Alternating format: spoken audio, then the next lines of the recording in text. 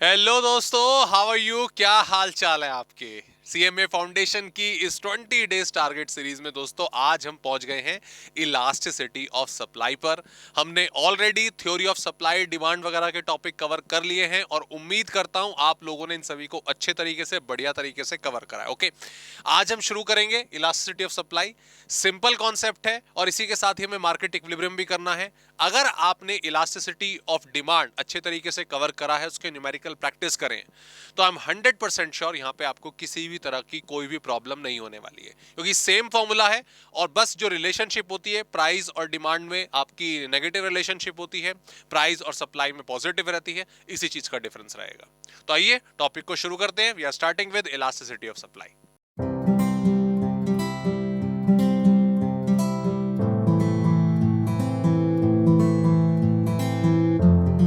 दोस्तों, जब हम इलास्टिसिटी ऑफ सप्लाई की मीनिंग की बात कर रहे हैं तो एग्जैक्टली सेम पैटर्न जो इलास्टिसिटी ऑफ डिमांड में फॉलो करा था, that is what degree of responsiveness of change in supply. Okay, हमारे सामने क्या इंपॉर्टेंट वर्ड है? Responsiveness, respond. कि जो सप्लाई है वो कितना रिस्पॉन्ड कर रही है, अपने आप को कितना चेंज कर रही है, दैट इज व्हाट, उसकी वैल्यू, उसे हम प्राइस इलास्टिसिटी या इलास्टिसिटी ऑफ सप्लाई बोलेंगे। ओके, अब जैसा कि हम जानते हैं, हमने थ्योरी ऑफ सप्लाई में कवर करा कि अगर प्राइस बढ़ेगा तो सप्लाई बढ़ जाएगी, प्राइस कम होगा तो सप्लाई कम हो जाएगी। अब प्राइस अगर 10% से बढ़ता है तो सप्लाई बढ़ेगी, लेकिन 5% से, 10% से, 20% से, किस परसेंटेज से? तो वो जो परसेंटेज है कि प्राइस की वजह से जो चेंज आने वाला है आपकी सप्लाई में, उस चेंज को ही, उस चेंज के पैटर्न को ही हम इलास्टिसिटी ऑफ सप्लाई कहते हैं। इसका एक और जो हम डेफिनेशन या इसका फॉर्मूला जो क्रिएट कर सकते हैं वो रहेगा आपका कि इलास्टिसिटी ऑफ सप्लाई, ठीक है, ईएस से इसको सिंपली हम डिनोट करेंगे। It is percentage change in quantity supplied, percentage change in quantity supplied divided by percentage change in price. क्या इसमें कोई भी डिफरेंस है? नहीं, ये एग्जैक्टली सेम फॉर्मूला है जो आपने यूज करा था इलास्टिसिटी ऑफ डिमांड में। फर्क सिर्फ इतना है कि यहां पर क्वांटिटी डिमांडेड था, यहां अब क्वांटिटी सप्लाई है, क्योंकि अब सप्लाई के रेफरेंस में आप पढ़ रहे हो। और उसको अफेक्ट करने वाला जो भी फैक्टर होगा, जो कि सप्लाई में हमें सिर्फ प्राइस को पढ़ना है, उसकी परसेंटेज चेंज हम नीचे कंसिडर करके चलते हैं। Okay, similarly elasticity of supply is, दूसरा फॉर्मूला जो इसका बनेगा, that is delta Q upon delta P into P by Q. Okay, delta Q upon delta P into P by Q, same चीज, कोई डिफरेंस नहीं है। यहां पर उस माइनस का भी चक्कर नहीं है। यहां पर हम जो माइनस लगाते थे वो क्या होता था सर? वो सिंपल, हम जानते हैं कि हमारा नेगेटिव रिलेशनशिप जो प्राइस और क्वांटिटी डिमांडेड के बीच में होता है, उसको प्रेजेंट करने के लिए शो होता था। सिमिलरली प्राइस और सप्लाई में पॉजिटिव रिलेशन होता है, तो उसको लिखने की जरूरत ही नहीं है। तो दोनों में से अकॉर्डिंगली जो भी केस स्टडी हमारी बनेगी, जो भी न्यूमेरिकल हमारा बनेगा, उसके हिसाब से हम यहाँ पे अप्लाई करेंगे। जैसे ही आइए एक दो न्यूमेरिकल जो है इसके देख लेते हैं। जैसे फॉर सिमिलर मैनर में होगा, आप डिमांड की प्रैक्टिस कर रहे हो, सप्लाई के भी ऑटोमेटिकली प्रैक्टिस हो गए। क्वेश्चन करते हैं फिलहाल एक, जैसे मान लीजिए कि price of a good, price of a good rise from rupees 12 to rupees 15, then its quantity supplied,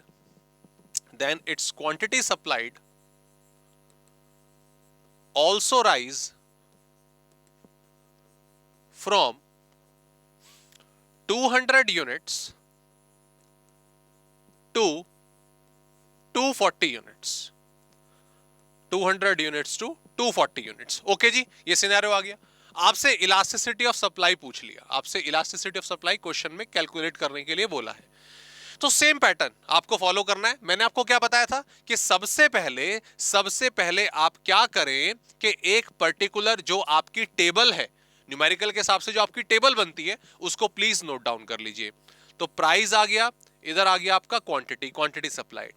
price आपने लिखा 12 और इधर लिखा आपने 15। ओके, उसके बाद प्राइस आपका, क्वांटिटी आपकी यहां पर 200 से आपने लिखी 240। सिंपल, टेबल जरूर बनाइए। टेबल बनाने से आपके जो क्वेश्चन के ठीक होने के चांसेस हैं वो ऑलमोस्ट पूरे हो जाते हैं। आपने फॉर्मूला लगाया, sir elasticity of supply, E S, percentage change in quantity divided by delta Q upon delta P into P by Q. क्योंकि परसेंटेज के बारे में कुछ नहीं लिखा हुआ यहाँ पे, तो ये वाला फॉर्मूला लगा देंगे। क्वांटिटी का चेंज कितना बनता है सर 40। प्राइस का चेंज कितना बनता है सर ओनली ₹3। ठीक है, पी पहले वाला प्राइस और क्यू पहले वाली क्वांटिटी। That's it. आपको इसको सॉल्व करना होगा। सर ये हो जाता है 4, ये हो जाता है 5, सो 4/5, तो इसका मतलब आपका 0.8 इलास्टिसिटी ऑफ सप्लाई बन जाएगी। That's it. इसमें साइन प्लस ही रहेगा, माइनस वाला चक्कर ही नहीं है, क्योंकि प्राइस और क्वांटिटी सप्लाइड पॉजिटिवली रिलेटेड होते हैं। ठीक है, अच्छा इसमें ईएस निकालना था। डेफिनेटली ऐसा भी केस हो सकता है कि जिसमें ईएस हमें ऑलरेडी गिवन हो और हमें इसमें से कोई रिस्पेक्टिव नंबर जो है उसको फाइंड आउट करना पड़े। तो वो कैसे करेंगे? चलिए इसको करते हैं, एक और क्वेश्चन बना लेते हैं। जैसे मान लीजिए कि ES elasticity of supply of a good is 1.25। ठीक है, ये अज्यूम नंबर हो गया। Price rise from ₹40 to ₹45। ठीक है, ये वैल्यू हमारी यहां पे राइज हो जाती है। ठीक है, 40 माने इसको 48 कर लीजिए। चलिए 48 कर लीजिए, थोड़ा सा कंप्यूटेशन बेहतर हो जाएगी, बेहतर होगी इससे, हाँ हो जाएगी। ठीक है, ये हमारा आ गया।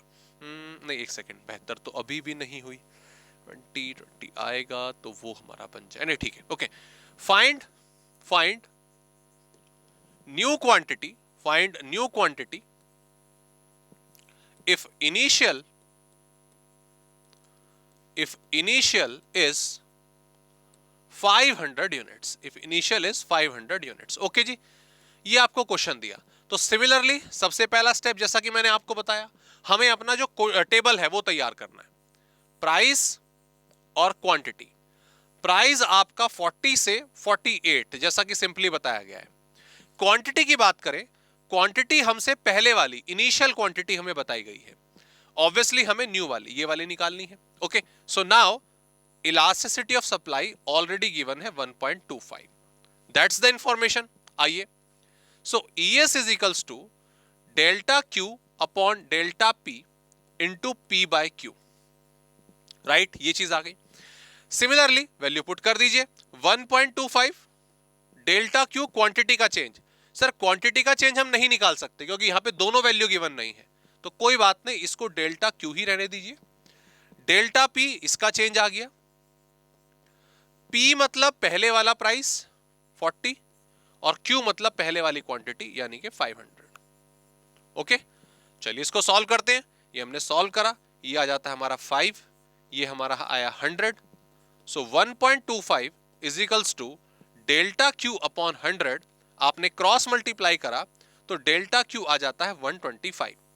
अब ये हमारा फाइनल आंसर नहीं है, कई बार जल्दबाजी में हम इसको फाइनल आंसर समझ लेते हैं। ओके, हमसे ये नहीं पूछा क्वांटिटी कितने से चेंज हुई, हमसे न्यू क्वांटिटी पूछा है। ओके, ये 500 है तो ये कितना है, ये 125 नहीं है, आपने चेंज निकाला है। अब क्योंकि इस वाले केस में, इस वाले क्वेश्चन में प्राइस राइज हुआ है, प्राइस और क्वांटिटी में कैसा रिलेशन सर डिस्कस करा सर, पॉजिटिव रिलेशन होता है।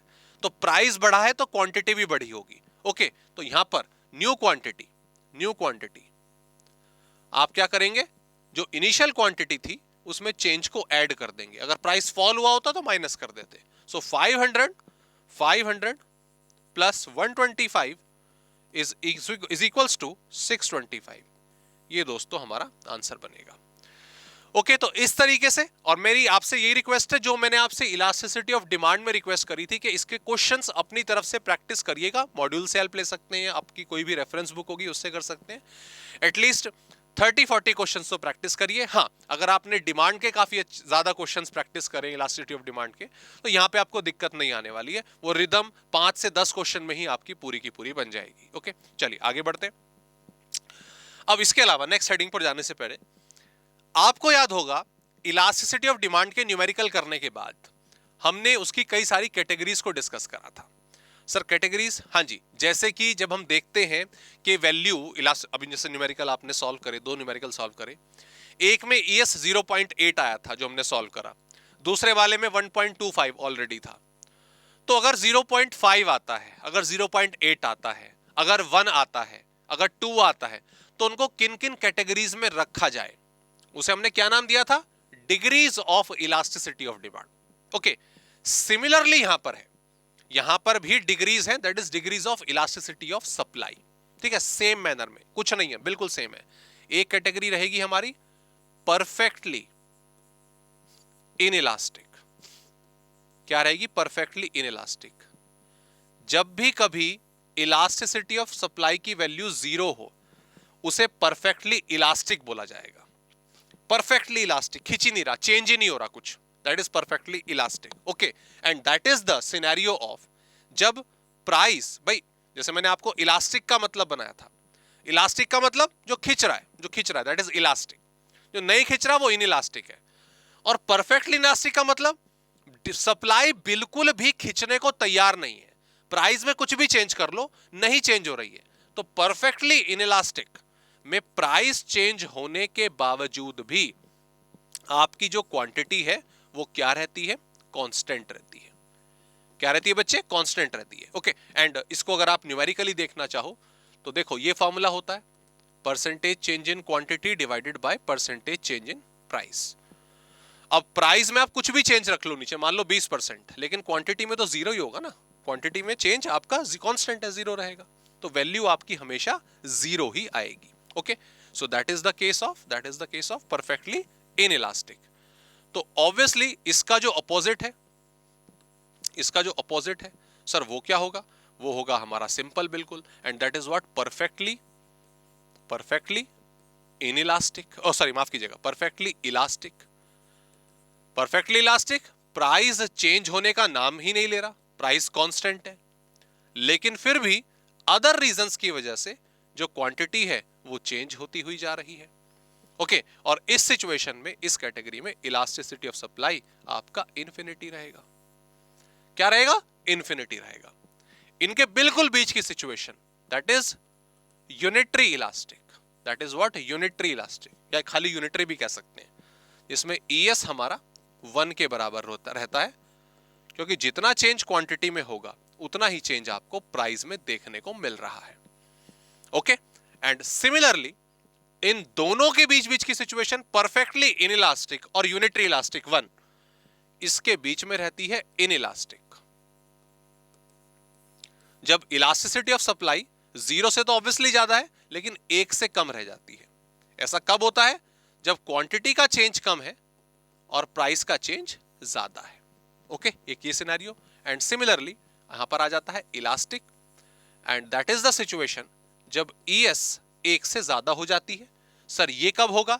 जब क्वांटिटी का चेंज आपका ज्यादा होगा प्राइस के चेंज से। ओके, ये आपकी कंडीशन, सिचुएशन जो है हमारे सामने आती है। That's the scenario. ओके, तो न्यूमेरिकल इसके प्रैक्टिस करिएगा, और अकॉर्डिंगली जैसे ही आपका आंसर आता है तो चेक करिएगा कि भाई कौन सी कैटेगरी है, क्योंकि कैटेगरी के बेस पर भी 1-2 क्वेश्चन डेफिनेटली पूछे जा सकते हैं। ओके, नाउ आगे बढ़ते हैं। हमने एक हेडिंग पढ़ी थी, factors affecting elasticity of demand. Similarly यहां पर भी factors affecting elasticity of supply, मतलब जो सप्लाई है वो ज्यादा खींचेगी या कम खींचेगी या नहीं खींचेगी, ये सिचुएशंस पर डिपेंड करता है, फैक्टर्स पर डिपेंड करता है। अगर किसी फैक्टर में कुछ चेंज हुआ, कोई पर्टिकुलर सिचुएशन आपकी बदलती है, उसकी वजह से हम सप्लाई को चेंज कर पा रहे हैं तो इलास्टिक हो गया, और सप्लाई को चेंज नहीं कर पा रहे तो इनइलास्टिक हो गया। That depend on the situation, that depend upon the factor. और वो क्या है? बड़ी सिंपल, जैसे देखें एक्सपेक्टेड कॉस्ट, पेन चेंज कर लेते हैं, ठीक है, हमारा क्या रहा है? Expected cost of production. ठीक है, if cost of production increase with increase in production then supply will be inelastic. आप खुद सोचिए ना, अगर कॉस्ट ऑफ प्रोडक्शन लगातार बढ़ेगी, अगर खर्चा बढ़ रहा है लगातार, तो क्या हम ज्यादा प्रोडक्शन करना प्रेफर करेंगे? नहीं सर, अगर कॉस्ट लगातार बढ़ रही है तो हम ज्यादा प्रोडक्शन करने से बचेंगे। प्रोडक्शन करने से बचेंगे मतलब सप्लाई चेंज नहीं होगी, इसलिए सप्लाई क्या रहेगी? इनइलास्टिक रहेगी। ओके, नेचर ऑफ कमोडिटी आपका सिमिलर है जो हमने डिमांड में पढ़ा, इवन टाइम पीरियड भी। ठीक है, अगर लग्जरी गुड्स होते हैं, आपका तो उनकी डिमांड, उनकी सप्लाई इलास्टिक रहती है। अगर नॉर्मल गुड्स हैं उनकी सप्लाई आपकी इनइलास्टिक रहती है, सेम मैनर में, ठीक है, सेम मैनर में। टाइम पीरियड में भी अगर लॉन्ग पीरियड होता है, लंबे टाइम तक आपको सप्लाई को मैनेज करना है, तो उस सिचुएशन में इलास्टिक सप्लाई होगी, अदरवाइज शॉर्ट के लिए इनइलास्टिक होगी। जैसे फॉर एग्जांपल कोई मिल्क का सप्लायर है, कोई वेजिटेबल का सप्लायर है, कोई फ्रूट का सप्लायर है। वेजिटेबल मिल्क का देखते हैं।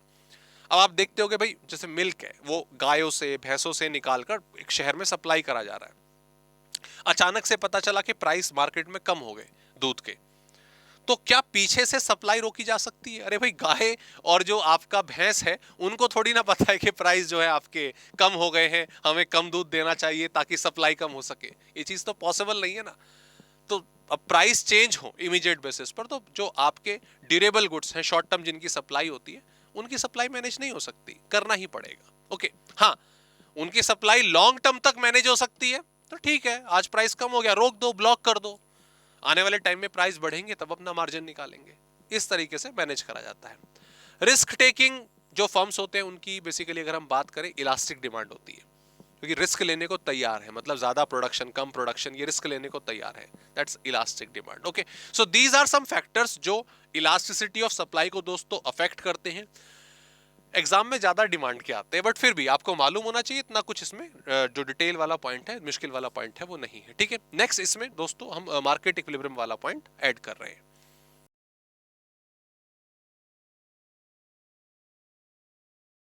दोस्तों, जब मैं मार्केट इक्विलिब्रियम की बात करता हूं तो मार्केट इक्विलिब्रियम का सीधा सीधा लेन देन है प्राइस डिटर्मिनेशन को लेके। किसको लेके? प्राइस डिटर्मिनेशन को लेके।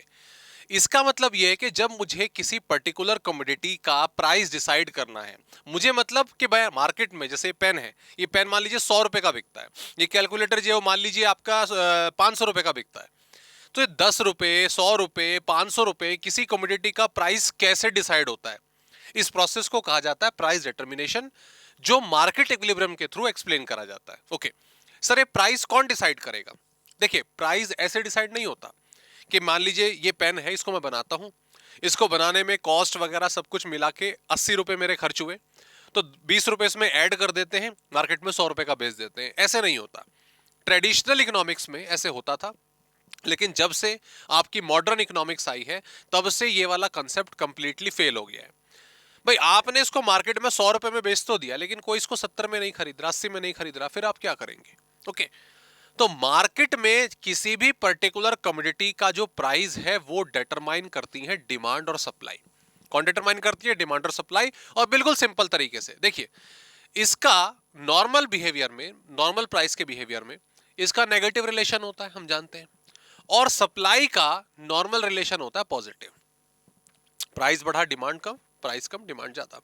सप्लाई, प्राइस बढ़ा, सप्लाई बढ़ी, प्राइस कम हुआ, सप्लाई कम हो गई। ओके, ये इंडिविजुअल बिहेवियर है।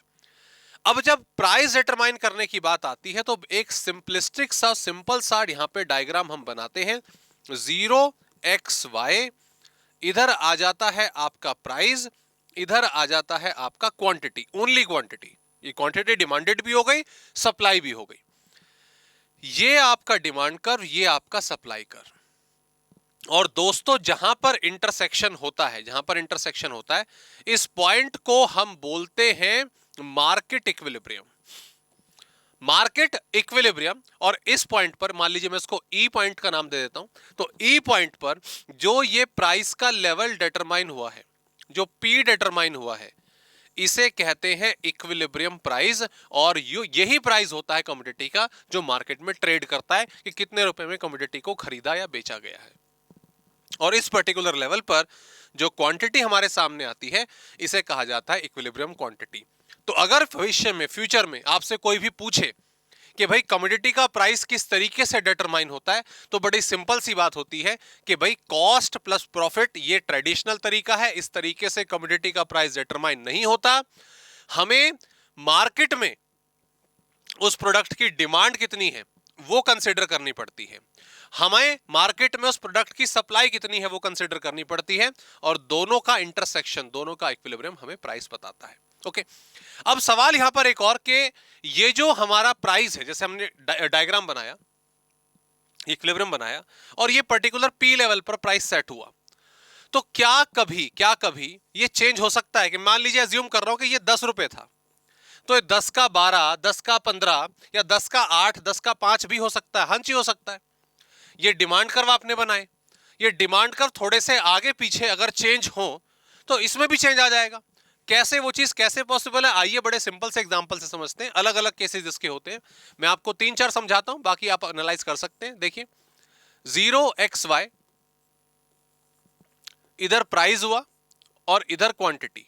ओके, ये डिमांड कर्व है, ये सप्लाई कर्व है, ये कमोडिटी का प्राइस है और ये कमोडिटी की क्वांटिटी है, that is equilibrium E. Okay, अब ये जो हमारे पर्टिकुलर डिमांड कर्व या सप्लाई कर्व है, इनमें चेंजेस होते हैं। हमने change in demand, change in supply पढ़ा है।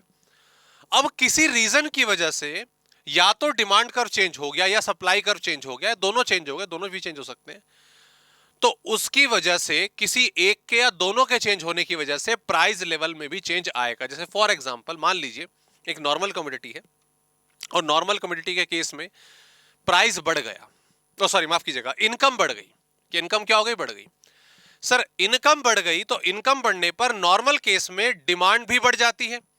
भाई इनकम किसका डिटरमिनेंट है सर, इनकम किसका डिटरमिनेंट है सर, डिमांड का। तो डिमांड क्या हो जाएगी सर, डिमांड बढ़ जाएगी। डिमांड बढ़ने के लिए हम डिमांड में राइट हैंड साइड की तरफ शिफ्ट करते हैं। नतीजा हमने क्या देखा कि सर नया इक्विलिब्रियम मिल गया, इवन, और ये बता रहा है कि मार्केट में इक्विलिब्रियम प्राइस भी बढ़ गया और इक्विलिब्रियम क्वांटिटी भी बढ़ गई। सर आपने तो बोला था कि प्राइस बढ़ने पर डिमांड बढ़ेगी, डिमांड कम होगी, या तो डिमांड बढ़ रही है प्राइस भी बढ़ रहा है। दोस्तों वो रिलेशन जो डिमांड का और सप्लाई का इंडिविजुअल रिलेशन है, वो हमें सिर्फ तब पढ़ना है जब हम सिर्फ और सिर्फ या तो डिमांड की बात कर रहे हैं, सप्लाई की बात कर रहे हैं। जब मार्केट इक्विलिब्रियम की बात हो रही है तो वो कंसेप्ट धरा का धरा रह जाएगा, उससे कोई लेना देना नहीं है यहां पे। ओके, दूसरी चीज, एक और केस देखते हैं। ये देखिए, ये डिमांड कर्व, ये सप्लाई कर्व, ये equilibrium, price P, quantity Q, equilibrium. Okay sir, government ने जीएसटी कम कर दिया, गवर्नमेंट ने जीएसटी का रेट कम कर दिया। ओके, जीएसटी यानी कि टैक्स। सर टैक्स होता है गवर्नमेंट पॉलिसी का पार्ट, और गवर्नमेंट पॉलिसी डिमांड से रिलेटेड होती है, सप्लाई से। सर सप्लाई से मेनली, अगर हम अपने फैक्टर्स की बात करें जो हमने पढ़े, सर सप्लाई से। अब गवर्नमेंट ने अगर टैक्स रेट कम कर दिए तो कॉस्ट ऑफ प्रोडक्शन क्या हो जाएगी, कम हो जाएगी। कॉस्ट ऑफ प्रोडक्शन, बनाने का खर्चा कम, अरे ज्यादा बनाओ, अरे ज्यादा बनाओ, सप्लाई क्या हो जाएगी सर, बढ़ जाएगी, सप्लाई बढ़ जाएगी। नतीजा क्या देखा हमने, E1 पर कि मार्केट में कमोडिटी का प्राइस कम हो जाता है और सप्लाई मतलब क्वांटिटी जो है वो बढ़ जाती है, जो खरीदी और बेचने वाली क्वांटिटी है। तो इस तरीके से दोस्तों इक्विलिब्रियम में चेंज आने के पूरे चांसेस होते हैं, दोनों में भी चेंज हो सकता है, कोई एक चेंज हो सकता है, और अलग अलग वेरियस कैटेगरीज जो है आप इसमें अराइज कर सकते हो। द क्रक्स इज कि जब कमोडिटी के प्राइस की बात हो रही है तो डिमांड और सप्लाई हमें दोनों को एनालाइज करना, किसी एक के भरोसे हम नहीं रह सकते। ओके, तो बहरहाल दोस्तों ये जर्नी थी हमारी पूरी डिमांड, सप्लाई और उसके मार्केट इक्विलिब्रियम की। उम्मीद करता हूं ये वाला सेक्शन अच्छे तरीके से कवर हुआ। एग्जाम में इस वाले सेक्शन से अच्छे खासे क्वेश्चन पूछे जाते हैं और हमारा कॉन्फिडेंस बढ़ाने के लिए इन चैप्टर्स का बहुत बड़ा रोल होता है। ओके, बाकी टारगेट सीरीज हमारी कंटिन्यू रहेगी। हम मिलेंगे आपसे अब प्रोडक्शन के साथ। उससे पहले अगर आपको कोई क्वेरी या कोई डाउट है तो आप पूछ सकते हैं। Please take care.